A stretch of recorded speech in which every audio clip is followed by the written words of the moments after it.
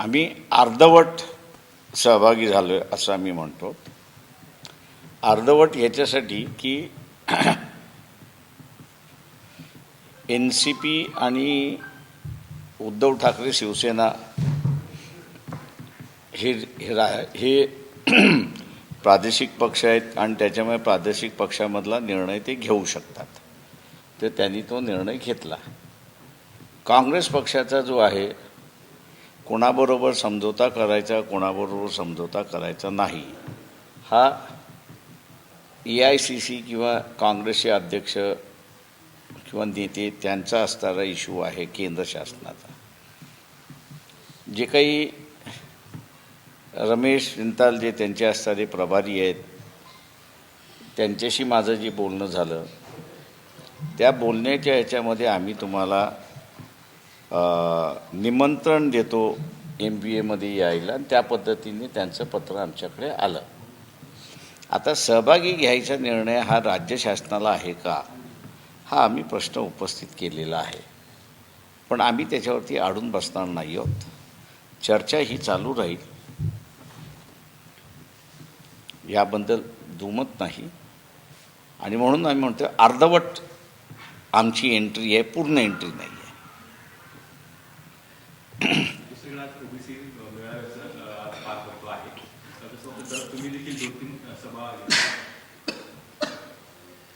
ते मला ज्या OBC महासंघाने बोलवलं त्या सभेंना मी गेलो आणि आमची भूमिका ही मांडली.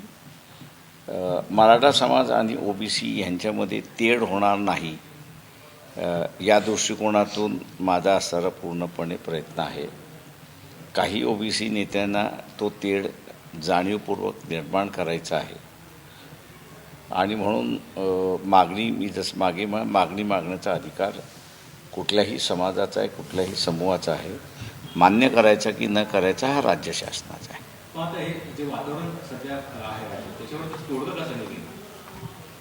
मी जसं म्हणालो की गरीब मराठ्यांना की तुम्ही आम्हाला सत्ता द्या, सॉरी येऊ द्या, थांबतो बाबा, तुमचा कॅमेरा लावला लावू दे.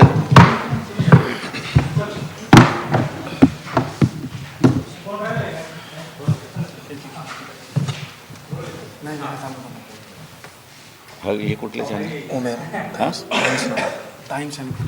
टाइम्स पुन्हा टाइम्स आणि पुढारी बाबा.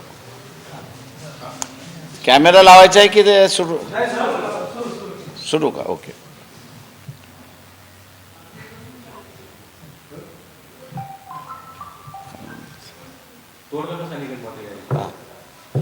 आम्ही असं म्हणालो होतो की आम्हाला सत्ता द्या, आम्ही तोडगा देतो.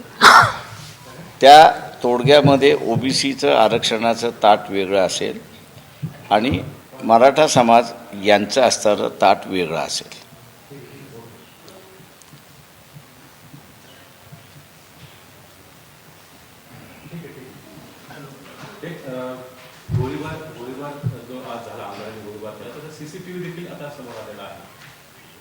होय, सकाळी मी पाहिलं आहे. BJPचे आहेत. आता हे बघणं आहे की त्यांना अरेस्ट केलं जाते का. अजूनपर्यंत तरी अरेस्ट झाले अशी माझ्यापर्यंत बातमी आलेली नाही.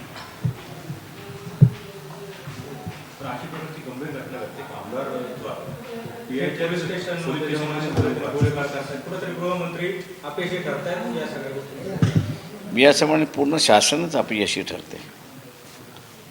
म्हणजे याच्यावरनं एक दिसतंय की शासन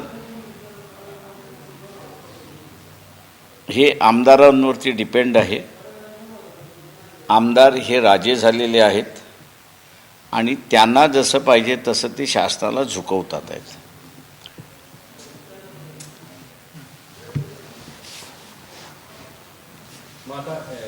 गृहमंत्री जे आहेत त्यांनी काही अपयश त्यांचं या ठिकाणी सकाळीच एका कार्यक्रमामध्ये मी आणि गृहमंत्री एकाच ह्याला होतो, गडावरती. त्यांच्याशी बोलण्याचा प्रयत्न केला. ते म्हटले आम्ही आदेश दिलेले आहेत असं ते मला म्हणाले. पण गराडा घातल्यामुळे पुन्हा काय आदेश हा प्रश्न मला विचारता आला नाही. आपण नगरमध्ये आलेला आहात, इथल्या जागेचं कसं निर्णय असू शकतं भविष्यामध्ये लोकसभेचं, आणि कशी तयारी आपली एकंदरीतच सुरू आहे? किंवा सर आघाडीत प्रवेश करताना काही जागे निश्चिती किंवा असं काही? कालच्या ज्या बैठका झाल्या त्या बैठकांमध्ये मी असं म्हटलं की जे अनुभव येतात आहेत त्या अनुभवांना लक्षात घेऊन संघटना आहेत म्हटलं म्हणजे मतभेद आहेत, भूमिका आहेत त्याच्यामध्ये सुद्धा मतभेद आहेत, काही प्रश्न जे आहेत ते महत्त्वाचे आहेत. जसं आता आपण म्हटलं ओबीसीचा आरक्षणाचा प्रश्न, जरांगे पाटील यांचं आंदोलन, शेतीच्या संदर्भातलं आंदोलन, याच्यावरती नेमकी भूमिका काय. तर ते म्हटले आम्ही एक ड्राफ्ट त्या ठिकाणी सर्क्युलेट केला, वाचून ते म्हटले आमचा पाठिंबा. मी म्हटलं असं चालणार नाही, हॉचपॉच आघाडी चालत नाही. म्हटलं प्रत्येक पक्षाने स्वतःच्या वर्किंग कमिटीमध्ये किंवा जे काही स्टडी सर्कल्स असतील त्याच्यामध्ये या संदर्भातला निर्णय करून कॉमन भूमिका येऊ शकते का तो आपण बघितलं पाहिजे. आली तर चांगली, नाही आली तर प्रत्येक पक्ष याची बघण्याचा दृष्टिकोन काय आणि त्या दृष्टिकोनामध्ये फरक किती काय आहे तो लक्षात आला तर मग आपल्याला पुढे वाटचाल करणं हे सोपं जातं. त्याच्याचबरोबर आम्ही असा एक 25 मुद्द्यांचा मसुदा दिला की जो उद्याचा मिनिमम कॉमन प्रोग्राम होऊ शकतो, त्याच्यावरतीही आपण असणारा चर्चा करा. तेव्हा प्रत्येक पक्ष त्याच्यामध्ये एक 5-6 दिवस घेऊन ती चर्चा करेल, त्यांचं ओपिनियन होईल, ॲडिशन त्याच्यामध्ये होईल हे आम्हाला माहीत आहे. आणि कॉन्फ्लिक्ट असेल तर ते मॅनेजेबल कॉन्फ्लिक्ट कशा रीतीने करता येईल या दृष्टीने आपण प्रयत्न करू. आणि ते झाल्यानंतर सेकंड फेजमध्ये आपण सीट शेअरिंगचा जो इश्यू आहे तो त्या ठिकाणी सुरुवात करावा. त्याच्यामुळे सेकंड फेजमधला हा विषय चर्चेला आल्यानंतर मग मी आपल्याला सांगतो की किती जागा कोण कोण मागते, कोण कोण काय करते. मी म्हटलं ना पहिल्यांदा आम्हाला असणारा मिनिमम कार्यक्रम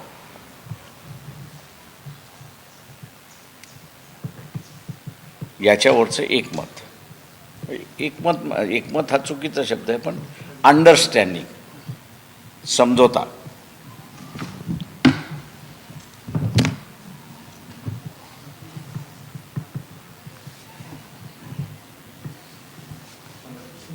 महाविकास आघाडीचे कॉमन मिनिमम प्रोग्राम ठरवण्यासाठी समन्वयक म्हणून नाना पटोले यांना वगळता पृथ्वीराज चव्हाण यांना देण्यात आले. काय वाटतं? काय माहीत मला. आमच्या इथले जे डॉक्टर धैर्यवान फोंडकर जे आहेत ते प्रमुख आहेत आणि त्यांच्या नेतृत्वाखाली असणारं टीम जाते त्या बैठकीला. आपण जो विचारलेला प्रश्न आहे अजून त्यांनी मला त्याच्या संदर्भातलं असं काही घडले असं ब्रीफिंग केलेलं नाही, त्याच्यामुळे मी आपल्याला असं काही उत्तर देऊ शकत नाही. कशाबद्दल ते माझं प्रत्येक असे सिस्टम काय ठरली ती काय बैठकीत होतो म्हणून मी सिस्टम ठरवण्यामध्ये मीच होतो पुढाकार. मी असं म्हटलं की प्रत्येक पक्षाने हा ड्राफ्ट म्हणून समजावा, तो आपल्या पक्षामध्ये डिस्कस करावा, याच्यामध्ये जे काही ॲडिशन करायचे ते करून घ्या. त्याला एक 4-5 दिवस सगळ्या पक्षांनी घ्यावं. ते घेतल्यानंतर 2-2 प्रतिनिधी प्रत्येकाने नेमावे. ते 8 जण जे आहेत ते एकत्र बसतील, याचा कन्सॉलिडेट ड्राफ्ट करतील.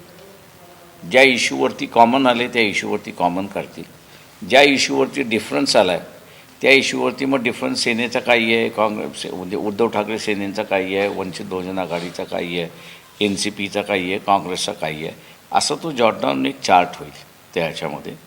आणि तो म्हटलं होतं कमिटीने डिस्कस करून त्याला फायनल करावं त्याच्यामध्ये. पण शेवटपर्यंत ही महाविकास आघाडी जी आहे ती टिकणार नाही असं सातत्याने आरोप होतोय. अच्छा बघा, आता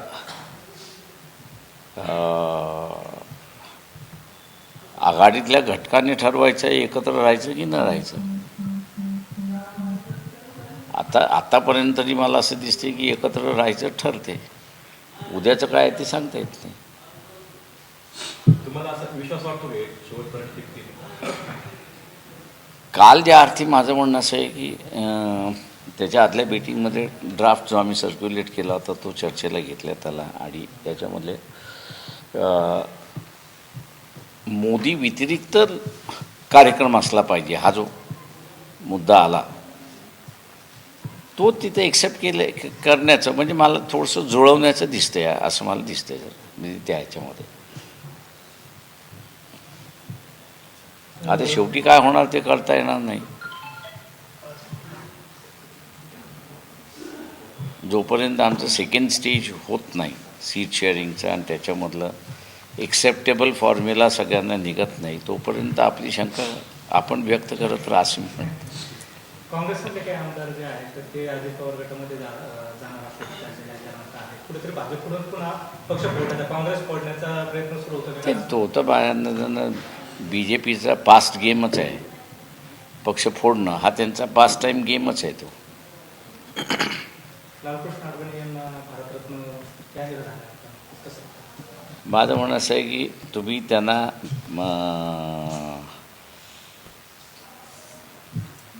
पाकिस्तानचे राष्ट्राध्यक्ष त्यांच्या मजरवरती ते फूल व्हायला गेले. कायद जिन्नांच्या तुम्ही त्यांना पक्षातून काढून टाकला, पदावरनं काढून टाकला. RSS BJP यांनी त्यांना त्याच्यातून दोषमुक्त केलं आहे का हा महत्त्वाचा भाग आहे. त्यांना दोषमुक्त न करता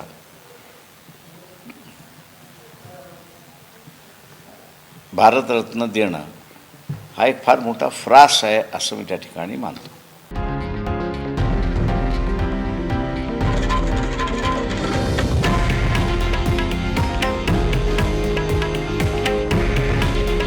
हे आहे देशातील नंबर 1 न्यूज नेटवर्क आणि आपण पाहत आहात TV9 मराठी. काळजी तुमची, हित महाराष्ट्राचं.